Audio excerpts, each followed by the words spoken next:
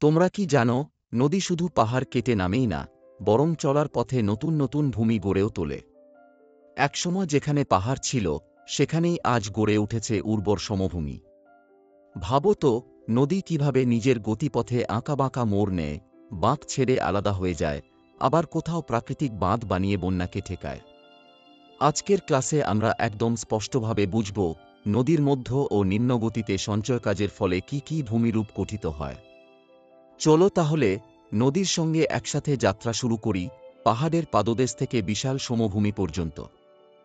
১. পলল শঙ্কু ও পলল ব্যজনী। ভাবো তুমি পাহাড়ের পাদদেশে দাঁড়িয়ে আছো। ওপর দিক থেকে নদী দ্রুত নেমে আসছে, সঙ্গে নিয়ে আসছে পাথর, বালি, কাদা। যখনই এই নদী পাহাড় ছেড়ে সমভূমিতে ঢোকে, তখন তার বেগ কমে যায়, আর ঠিক তখনই নদী তার সঙ্গে আনা নুড়ি, কাঁকর, বালি ফেলে দেয়। ফলে গড়ে ওঠে একটা ত্রিকোণাকার শঙ্কুর মতো ভূমি, যাকে বলে পলল শঙ্কু। যদি এই শঙ্কুটা হাত পাখার মতো ছড়িয়ে পড়ে, তখন সেটি পলল ব্যজনী। উদাহরণ: উত্তরাখণ্ডে ঋষিকেশে গঙ্গার পথে আমরা এই ভূমিরূপ দেখতে পাই। ২. আঁকাবাঁকা গতিপথ। নদী কি কখনো সরল পথে চলে? না। মধ্য ও নিম্নগতিতে নদীর বেগ কমে গেলে, সামান্য বাধা পেলেই সে এদিক ওদিক বেঁকে যেতে থাকে। ফলে গড়ে ওঠে আঁকাবাঁকা পথ, যাকে বলে মিয়েন্ডার। এই নামটি এসেছে তুরস্কের মিয়েন্ড্রোস নদী থেকে। বাংলার নদী জলঙ্গি বা গড়াইয়ে অসংখ্য মিয়েন্ডার দেখা যায়। ৩.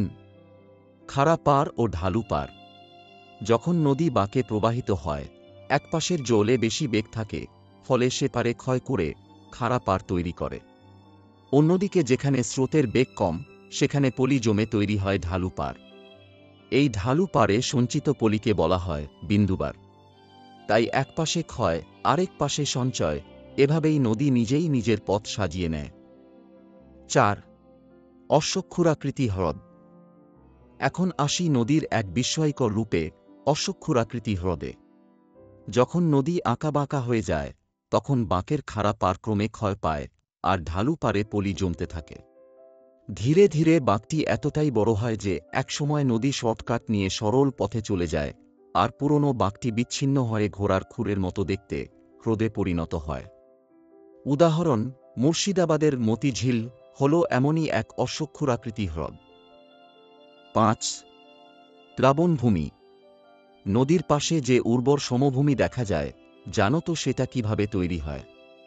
বর্ষাকালে নদীর জল উপচে দুপাশের জমিতে ছড়িয়ে পড়ে।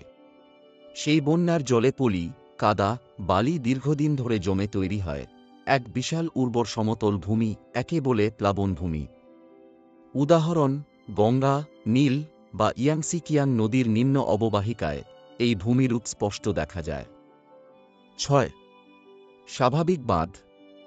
এখন আসি নদীর প্রাকৃতিক প্রতিরক্ষা ব্যবস্থায়, স্বাভাবিক বাঁধে। যখন বন্যার জল নেমে আসে, তখন ভারী পলি নদীর তীরের পাশে জমা হয়। এর ফলে নদীর দুপাশে তৈরি হয় ছোট ছোট উঁচু বাঁধের মতো গঠন, যা বন্যার জলকে আটকায়। এই প্রাকৃতিক বাঁধের উচ্চতা সাধারণত ২ থেকে ৩ মিটার হয়।